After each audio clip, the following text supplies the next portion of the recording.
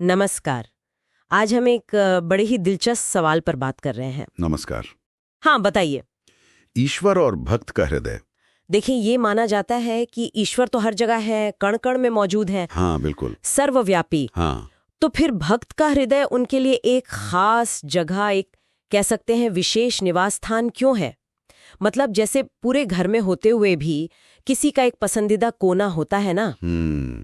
ये सवाल वाकई सोचने लायक है। अगर ईश्वर हर जगह है तो फिर भक्त के दिल में ऐसा क्या खास है? वही तो, क्या है जो उसे इतना अलग बनाता है? ये शायद हमें ईश्वर और इंसान के रिश्ते को और गहराई से समझने में मदद करे। बिल्कुल। इसी से जुड़ा है कि एक बड़ा अच्छा उदाहरण भी है ना? हाँ हाँ, वो गुरु और शिष्य वाला। एक शिष्य ने अपने गुरु से पूछा था कि ईश्वर दिखते क्यों नहीं? हाँ कि गुरुवर, कहते हैं ईश्वर सब जगह है, पर मुझे तो कहीं नजर नहीं आते।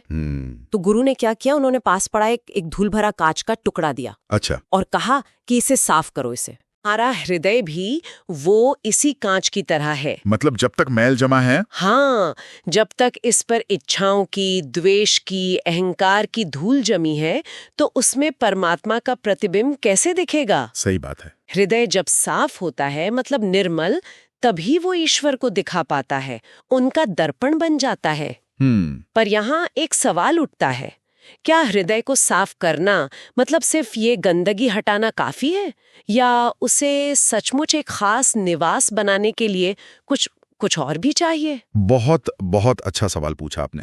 सिर्फ सफाई ही काफी नहीं है, उसे सजाना भी पड़ता है। सजाना कैसे? यहीं पर देखिए, एक कॉन्सेप्ट आता है आध्यात्मिक अनुनाद का, जिसे अंग्रेजी में स्पिरिचुअल रेजोनेंस कहते हैं। आध्यात्मिक अनुनाद, ये क्या है? देखिए, जब हृदय केवल साफ ही नहीं होता, बल्कि वो प्रेम से, करुणा से, भक्ति और श्रद्धा जैसे अच्छे सकारात्मक भावों से भर जाता है ना, हाँ। तो उसमें एक खास तरह की ऊर्जा, एक वाइब्रेशन पैदा होती है। अच्छा। वो गूंजने लगता है। अच्छा।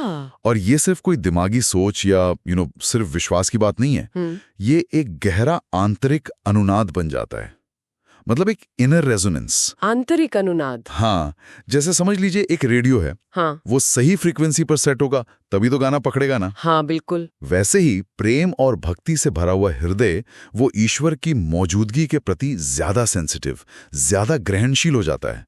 वो उस उपस्थिति को महसूस करने लगता है। ये एक असल जीता जागता अनुभव है। ओह, तो मतलब ऐसा नहीं कि ईश्वर कहीं बाहर से आकर दिल में बैठ जाते हैं। नहीं नहीं, बल्कि दिल ही इतना साफ और प्रेम से भरा हो जाता है कि वो ईश्वर की मौजूदगी को महसूस करने लगता है। बिल्कुल सही समझा आपने।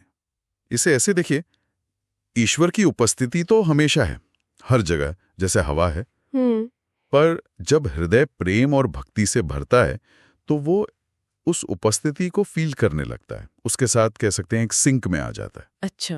रामकृष्ण परमहंस भी तो यही कहते थे ना। हाँ, क्या कहते थे वो?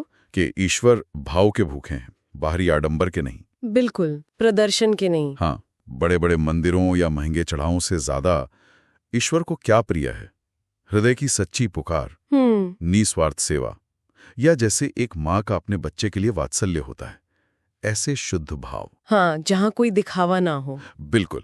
जहां अहंकार है, दिखावा है, वहां ये अनुनाद हो ही नहीं सकता। वहां वो फ्रीक्वेंसी मैच नहीं करती। तो फिर इस हृदय को तैयार कैसे करें?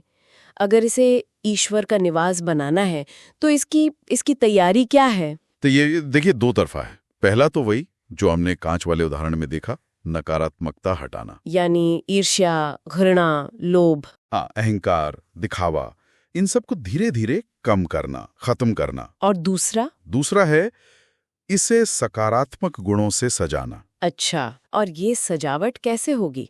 मतलब क्या बहुत सारे पूजा पाठ या कर्मकांड करने से? देखिए, बाहरी कर्मकांड अपनी जगह हैं, वो सहायक हो सकते हैं, पर असली सजावट तो अंदर के अभ्यासों से आती है। अंदर के अभ्यास जैसे ध्यान से क्या होता है?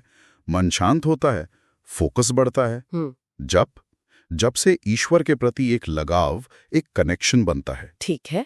निस्वार्थ सेवा, जब हम बिना किसी स्वार्थ के सेवा करते हैं तो अहंकार कम होता है, करुणा बढ़ती है। सही बात। और विनम्रता से हृदय खुला और ग्रहणशील बनता है। तो ये सब अंदरूनी काम है। हाँ, ये अभ्यास दिखावे के लिए नहीं है, ये हृदय को सचमुच बदलने के लिए है। जब कोई सजगता से मतलब होशपूर्वक इन गुणों को अपने अंदर लाता है तो हृदय धीरे धीरे अपने आप ही ईश्वर के अनुभव के योग्य बनता जाता है। ये कोई एक दिन का काम नहीं है, ये एक लगातार चलने वाली प्रक्रिया है, एक साधना है।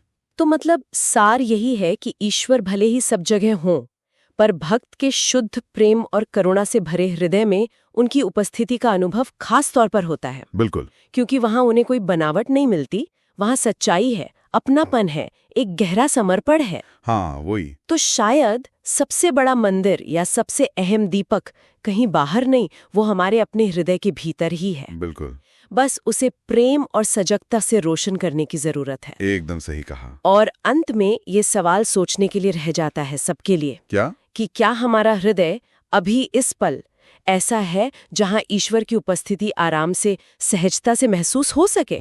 अगर जवाब हाँ है तो ये बहुत बड़ा सौभाग्य है। और अगर नहीं तो ये तैयारी, ये हृदय को साफ और प्रेम से भरने की यात्रा, वो आज से, अभी से शुरू की जा सकती है। हाँ, इंतजार किस बात का? कोई इंतजार नहीं, क्योंकि जब हृदय पूरी तरह तैयार होता है ना, जब वहां प्रेम का दिया जलता है और भक्ति की महक फैलती है, तब ईश्वर को कहीं ढूंढना नहीं पड़ता। उनकी उपस्थिति अपने आप ही महसूस होने लगती है। वो वहीं होते हैं।